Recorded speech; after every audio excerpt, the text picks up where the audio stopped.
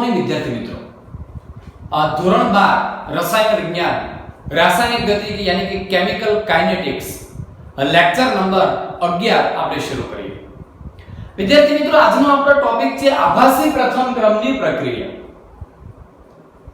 રાસાયણિક પ્રક્રિયાનો ક્રમ એ કેટલીક વખત પરિસ્થિતિને અનુસાર બદલાઈ જતો હોય છે। તો એવી કેટલીક પ્રક્રિયાઓ જેને આપણે આભાસી ક્રમની પ્રક્રિયાઓ કહીએ છીએ એનો આપણે આજે અભ્યાસ કરીશું। ચાલો મિત્રો, આ આભાસી પ્રથમ ક્રમની પ્રક્રિયાનો અભ્યાસ એક સરસ મજાના એક્ઝામ્પલ થી આપણે કરીએ। ઇથાઇલ એસિટેટનું જળ વિભાજન।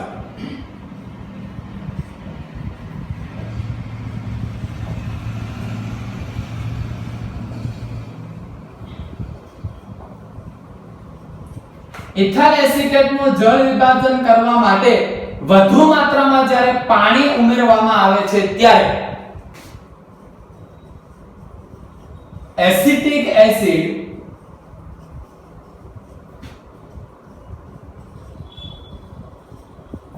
અને ઇથેનોલ આપણને મળે છે। એસિડિક એસિડ અને ઇથેનોલ। વિદ્યાર્થી મિત્રો, આ સમગ્ર પ્રક્રિયા એસ્ટરીકરણની પ્રક્રિયા છે। એસ્ટરીકરણની પ્રક્રિયા કોને કહેવાય? તો એસ્ટર બને એને એસ્ટરીકરણની પ્રક્રિયા કહેવાય। બે ક્રિયાશીલ સમૂહ જ્યારે એકબીજા સાથે રાસાયણિક બંધથી જોડાય ત્યારે એસ્ટર સમૂહ બનાવે છે। કયા કયા બે ક્રિયાશીલ સમૂહ?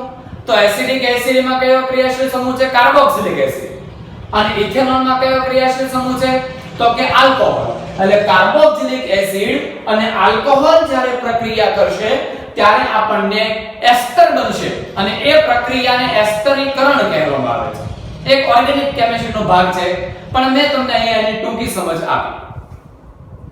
હવે આ ઇથાઇલ એસિટેટનું જળ વિભાજન કરવા માટે આપણે જ્યારે વધુ માત્રામાં પાણી ઉમેરીએ ત્યારે આપણે આમ જોવા જઈએ તો રાસાયણિક પ્રક્રિયાનો જે વેગ છે એ બંનેની સાંદ્રતાના સમપ્રમાણમાં હોય। બંનેની સાંદ્રતા એટલે કોણ કોણ?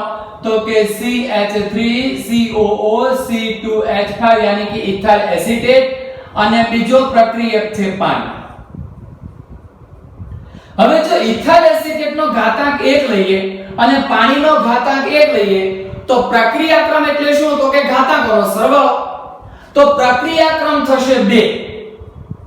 પરંતુ ઇથાઇલ એસિટેટના જળ વિભાજનની પ્રક્રિયા એ તો પ્રથમ ક્રમની પ્રક્રિયા છે અને માટે જ આપણે અહીંયા લખ્યું છે આભાસી પ્રથમ ક્રમની પ્રક્રિયા। હવે એનું રીઝન તમને આપો શા માટે થાય છે। જો દોસ્તો, જ્યારે આપણે ઇથાઇલ એસિટેટનું જળ વિભાજન કરવા માટે એમાં પાણી ઉમેરીએ છીએ ત્યારે સમગ્ર રાસાયણિક પ્રક્રિયા દરમિયાન પાણીની સાંદ્રતામાં બહુ નહિવત ફેરફાર થાય છે। આપણે એ પણ ગણતરી કરી લઈએ। કઈ રીતે? તો જુઓ વિદ્યાર્થી મિત્રો, જો આપણે ઇથાઇલ એસિટેટ છે એ 0.01 મોલ લઈએ, પાણી આપણે 10 મોલ લઈએ, t બરાબર 0 સમયની વાત કરું છું, તો બંને પ્રક્રિયકની સાંદ્રતા આવી ગઈ। તો નિપજની સાંદ્રતા કેટલી હશે? t બરાબર 0 સમયે 0, કારણ હજી રાસાયણિક પ્રક્રિયા શરૂ થઈ નથી। એટલે પ્રક્રિયકની ઇથાઇલ એસિટેટની 0.01 મોલર અને H2O ની 10 મોલર, નિપજોની સાંદ્રતા 0। હવે આપણે t બરાબર t સમય લઈએ, માની લો કે રાસાયણિક પ્રક્રિયાની શરૂઆત થઈ ગઈ છે, તો ઇથાઇલ એસિટેટ સંપૂર્ણ વપરાઈ જશે। તેમ છતાં પાણી કેટલું બાકી રહેશે? તો કે 99.9% यानी कि 9.99 મોલર બાકી રહેશે।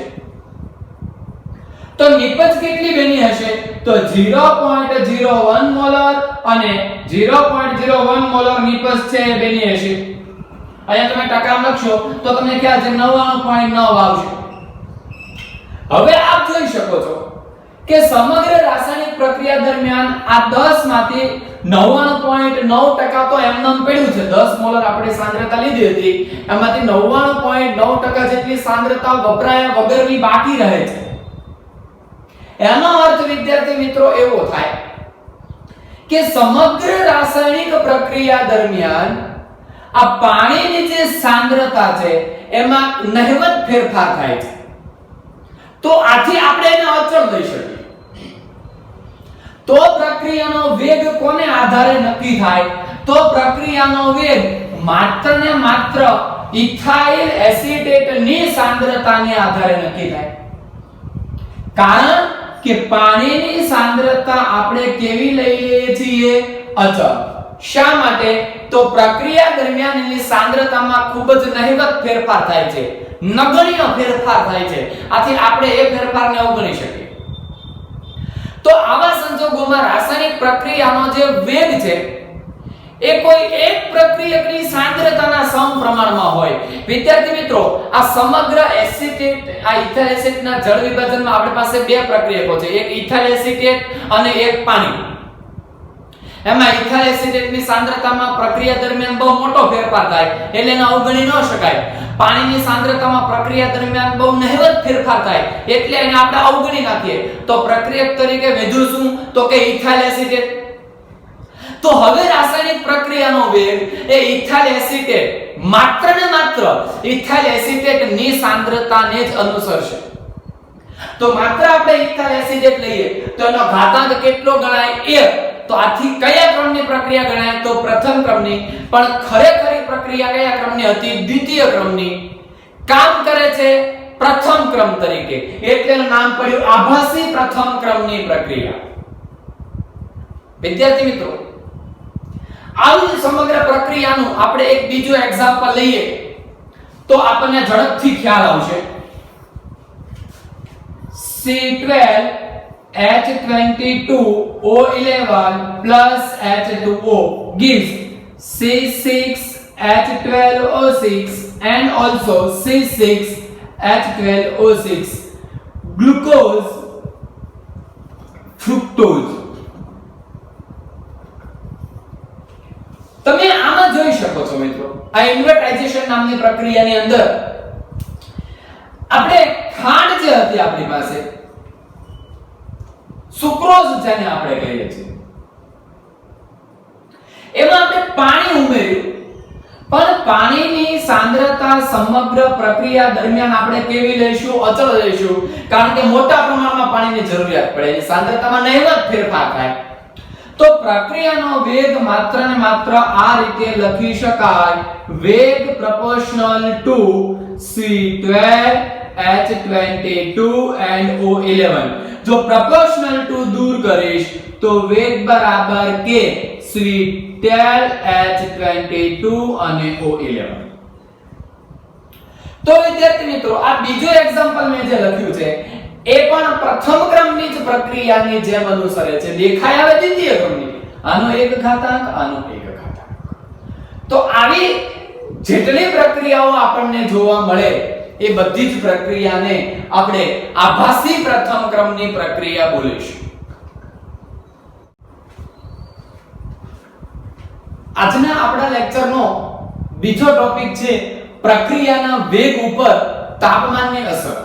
વિદ્યાર્થી મિત્રો, ચેપ્ટરની શરૂઆતમાં પ્રક્રિયાના વેગ ઉપર તાપમાનની કેવી અસર જોવા મળે છે જેનો ટૂંકમાં અભ્યાસ આપણે કર્યો હતો અને મેં તમને સમજાવ્યું હતું કે જેમ જેમ રાસાયણિક પ્રક્રિયાનું તાપમાન વધારવામાં આવે તેમ રાસાયણિક પ્રક્રિયાનો વેગ છે એ વધે છે.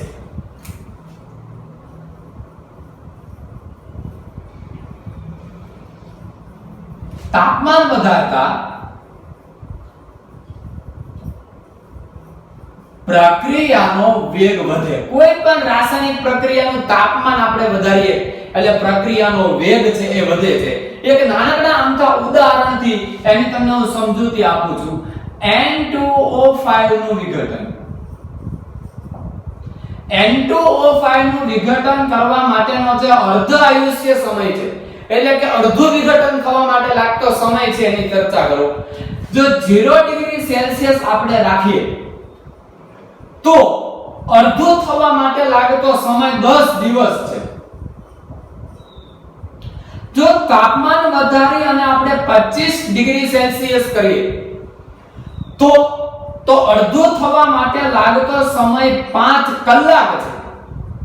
અને જો તાપમાન વધારી અને 50 ડિગ્રી સેલ્સિયસ આપણે કરીએ તો અડધું થવા માટે લાગતો સમય માત્ર 12 મિનિટ છે.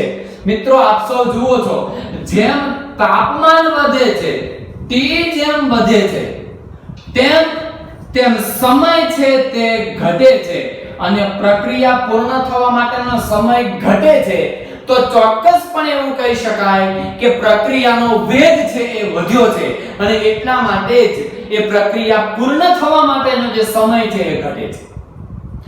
તો આ વાક્ય યાદ રાખો કે તાપમાન વધારતા પ્રક્રિયાનો વેગ છે એ વધે છે. વિદ્યાર્થી મિત્રો, એવું એક અભ્યાસમાં જણાયું છે કે કોઈ રાસાયણિક પ્રક્રિયાના તાપમાનમાં 10 ડિગ્રી સેલ્સિયસનો વધારો કરવામાં આવે, તાપમાનમાં 10 ડિગ્રી સેલ્સિયસનો વધારો કરવામાં આવે તો વિદ્યાર્થી મિત્રો વેગ છે ને એ બમણો થઈ જાય. આ ખાસ અગત્યનું વાક્ય આપણે યાદ રાખવાનું છે કે કોઈ રાસાયણિક પ્રક્રિયાના તાપમાનમાં 10 ડિગ્રી સેલ્સિયસનો વધારો કરવામાં આવે તો એનો વેગ સીધો જ કેવો થઈ જાય? બમણો થઈ જાય. એટલે ઝડપથી તેના વેગમાં વધારો થાય છે. આમ તો વિદ્યાર્થી મિત્રો, આ પ્રક્રિયાના વેગ ઉપર તાપમાનની અસર એનો જે અભ્યાસ છે એ આર્હેનિયસ નામના વૈજ્ઞાનિકે કરેલો અને આ આર્હેનિયસ સમીકરણ સમજાવો એવો ક્વેશ્ચન્સ એ બોર્ડની પરીક્ષા માટે ખૂબ જ અગત્યનો ક્વેશ્ચન છે. તો વિદ્યાર્થી મિત્રો, આપણે આર્હેનિયસ સમીકરણ તારવવાનો જે ક્વેશ્ચન્સ છે એ આપણે જોઈએ.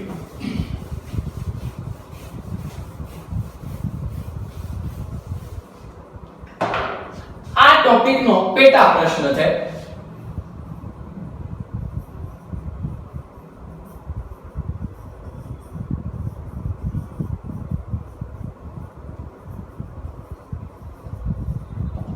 આર્હેનિયસ સમીકરણ સમજાવો. તો આર્હેનિયસ નામના વૈજ્ઞાનિકે શું કામ કર્યું હતું? તો પ્રક્રિયાના વેગ ઉપર તાપમાનની અસર વિશેનો વિસ્તૃત ખ્યાલ આપણને રજૂ કર્યો હતો.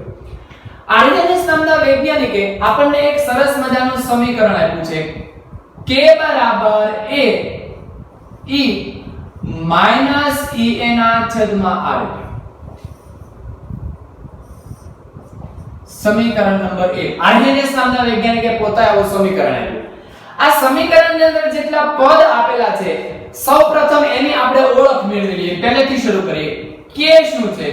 તો K એટલે વેગ અચળાંક. A શું છે? આર્હેનિયસ અચળાંક.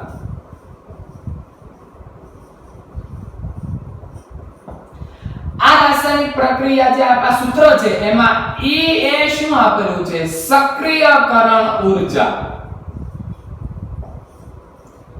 જેને અંગ્રેજીમાં એક્ટિવેશન એનર્જી આપણે બોલીએ છીએ. ચાલો, R શું આપ્યું છે? તો વાયુ અચળાંક. અને T શું આપેલું છે? તો નિરપેક્ષ તાપમાન. ચાલો વિદ્યાર્થી મિત્રો, સૌપ્રથમ આર્હેનિયસે જે સમીકરણ આપણને આપ્યું એમાં રહેલા પદોની મેં તમને ઓળખ આપી. આ બધા જ પદોની અંદર એક એક્ટિવેશન એનર્જી યાની કે સક્રિયકરણ ઊર્જા વિશેની મારે તમને અલગથી સમજૂતી આપી છે. હવે જો મિત્રો, પહેલા તો સક્રિયકરણ ઊર્જા કોને કહેવાય? તો એક સિમ્પલ ઉદાહરણ વડે આપણે સમજીએ કે H2 I2 gives 2HI. હવે આ જે રાસાયણિક પ્રક્રિયા છે એ રાસાયણિક પ્રક્રિયા કેવી રીતે બનશે તો હું એ તમને લખું છું. H2 એટલે એમાં આવી રીતે હશે, H પેલા બંને હાઇડ્રોજન બોન્ડ થી જોડાયેલા હોય, I2 એટલે કે I અને I. હવે જ્યારે આ બંને અણુ એકબીજા સાથે અથડાય ત્યારે એક અહીંયા મધ્યવર્તી સંયોજન પેલા બને છે આ રીતે.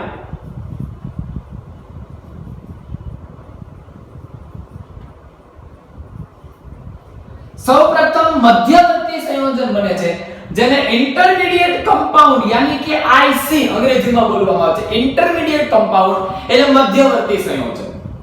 હવે આ મધ્યવર્તી સંયોજન જે બને છે એનું આયુષ્ય અલ્પ હોય છે, અલ્પજીવી હોય છે આ મધ્યવર્તી સંયોજન. પછી શું થશે તો કે અહીંયાથી બોન્ડ છે એ બ્રેક થશે, અહીંયાથી બોન્ડ બ્રેક થાય એટલે આ HI નો એક અને HI નો બીજો એટલે 2HI. આવી રીતે HI ના જો આ રાસાયણિક પ્રક્રિયા મેં તમને સમજાવી છે. HI ના બે મોલ મળશે.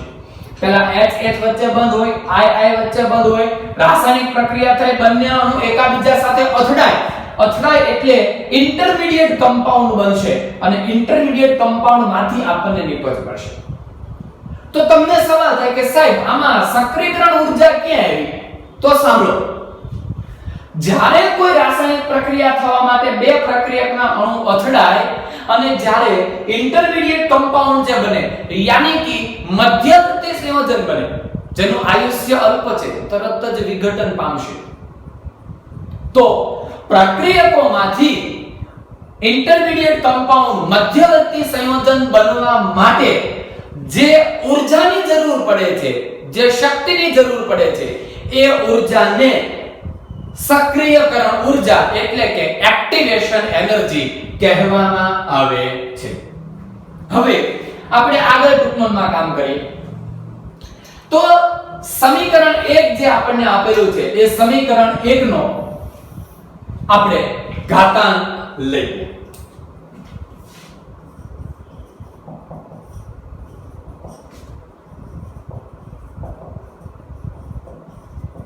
સમીકરણ 1 નો ઘાતાંક લઈએ. ચાલો k તો k નો ઘાતાંક થશે ln k. ચાલો a તો a નો ઘાતાંક થશે ln a. હવે મિત્રો જુઓ આ ઓલરેડી ઘાતાંકમાં છે એટલે એને એમ જ લખવા પડશે E/rt. આ આપણે સમીકરણ 1 નો ઘાતાંક લઈ લીધો. હવે એનો પ્રતિઘાતાંક લઈએ યાની કે લોગના સ્વરૂપમાં ફેરવીએ તો અહીંયા શું થશે?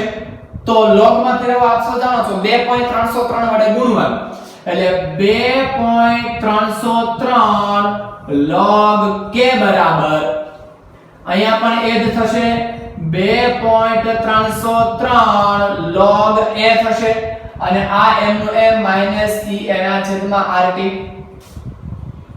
હવે 2.303 વડે હું ભાંગું તો 2.303 વડે ભાંગું તો અહીંયાથી 2.303 કેન્સલ થઈ જાય એટલે કે log k બરાબર અહીંયાથી 2.303 કેન્સલ થઈ જાય યાની કે log a અને અહીંયા 2.303 વડે આપણે ભાંગવું પડશે. આ 1/t અલગથી લખું છું અહીંયા 1/t 1/t અલગથી લખું છું.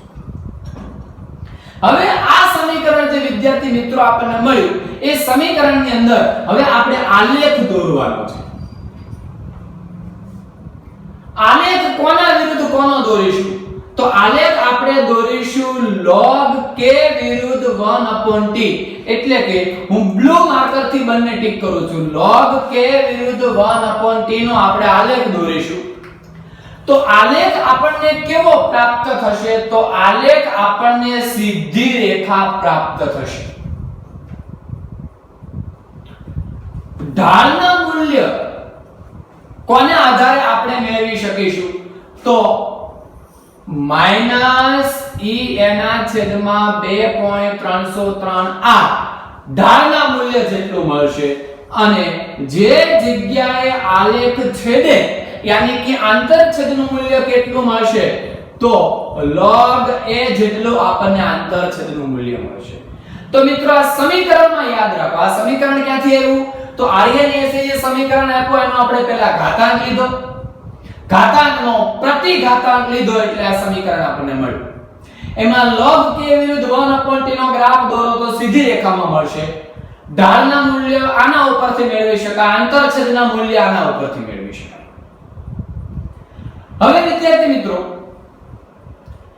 આજે આપણને સમીકરણ મળ્યું એમાં એક નાનકડી તમને પહેલા વાત કરી દો કે અહીંયા r એ y વળાંક છે. તમારે સક્રિયકરણ ઊર્જાનું મૂલ્ય ગોતવું હોય તો જો r નો એકમ તમે કિલો જૂલમાં લેશો તો સક્રિયકરણ ઊર્જા પણ તમને કિલો જૂલમાં મળશે અને આના r નું મૂલ્ય તમે કિલો કેલરીમાં લેશો તો સક્રિયકરણ ઊર્જા પણ તમને કિલો કેલરી મળશે. એટલે તમને દાખલાની અંદર જો સક્રિયકરણ ઊર્જા ગોતવાનું કે કિલો જૂલમાં તો પહેલેથી r નું મૂલ્ય કિલો જૂલમાં જ મૂકી દેવાનું અને જો સક્રિયકરણ ઊર્જા કિલો કેલરીમાં ગોતવાનું કે તો r નું મૂલ્ય પણ કિલો કેલરીમાં પહેલેથી જ મૂકી દીધા.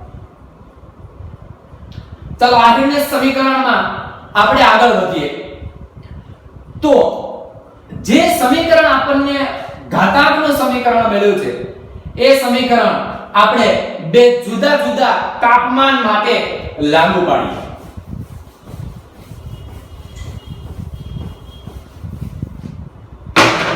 તો પ્રથમ T1 તાપમાન માટે આપણે લાગુ પાડીએ તો અહીંયા શું થશે? તો ln K1 બરાબર ln A. ln A અચળાંક છે એટલે આપણે 1 નહીં લખીએ. Minus E/r 1/T1. એટલે અહીંયા K1 અને અહીંયા T1. આ T1 માટે આપણે લાગુ પાડીએ. હવે બીજા તાપમાન માટે લાગુ પાડવું હોય તો T2 માટે ln K2 બરાબર ln A -E/r 1/T2. આ આપણે તાપમાન બીજા માટે લાગુ પાડ્યું. હવે નીચેના સમીકરણ માંથી ઉપરનું સમીકરણ આપણે બાદ કરીએ તો શું થશે?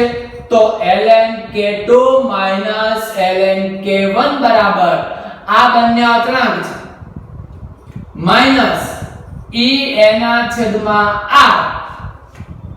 1/T1 plus E/r 1/T2. આનું સાદુરૂપ તમે આપો તો ln K2 K1 થશે. અહીંયા આપ સૌ જાણો છો કે -E/r કોમન નીકળશે 1/T1 1/T2. તો આ રીતે આપણે આરએનએસ સમીકરણની તારવણી કરી શકાય. આ સમીકરણ આરએનએસ નામના વૈજ્ઞાનિકે આપણને તારવીને આપ્યું. આ સમીકરણને મારે જો લોગના સ્વરૂપમાં લખવું હોય તો આ રીતે લખી શકાય. અહીંયા થઈ જાય log K2 ના છેદમાં K1 બરાબર -E/2.303r 1/T1 અને 1/T2. તો લોગના સ્વરૂપમાં પણ આ સમીકરણને આપણે દર્શાવી શકીએ. કઈ રીતે લોગમાં દર્શાવાય? તો અહીંયા જે દર્શાવાય ln માંથી log ને આ સમીકરણ બને એવી જ રીતે આ સમીકરણ બને. તો આ આખો એક ક્વેશ્ચન થયો આરએનએસ સમીકરણ સમજાવો. મિત્રો હજી એકવાર બોલું છું, આ ક્વેશ્ચન્સ બોર્ડની એક્ઝામ માટે ખૂબ જ અગત્યનો છે. તમારી ટેક્સ્ટ બુકમાં બે ભાગમાં આ ક્વેશ્ચન્સ આપેલો છે. સળંગ ક્વેશ્ચન્સમાં વચ્ચે એક નાનકડો ક્વેશ્ચન છે, આપણે પછીના લેક્ચરમાં ભણીશું. ફરી આપણે જોઈએ કે આરએનએસ એ શું કામ કર્યું. તો વેગ ઉપર તાપમાનની અસર શી જોવા મળે છે એનું કામ એ આરએનએસ નામના વૈજ્ઞાનિકે કર્યું અને આપણને એક સમીકરણ તારવીને આ સમીકરણ ઉપરથી દાખલાઓ પણ જી નીટ ગુજકેટમાં અવારનવાર પૂછાતા આવેલા છે. તો એ દાખલાનો અભ્યાસ આપણે આપણા લેક્ચર નંબર 12 માં કરીશું. વિદ્યાર્થી મિત્રો, આપ સૌને હોમવર્કમાં આરએનએસ સમીકરણ 2 વખત લખી અને દરેકે ખાસ તૈયાર કરવાનું છે. આપણો લેક્ચર નંબર 11 આપણે અહીંયા પૂર્ણ કરીએ છીએ. હવે પછી મળીશું લેક્ચર નંબર 12 માં. Thank you.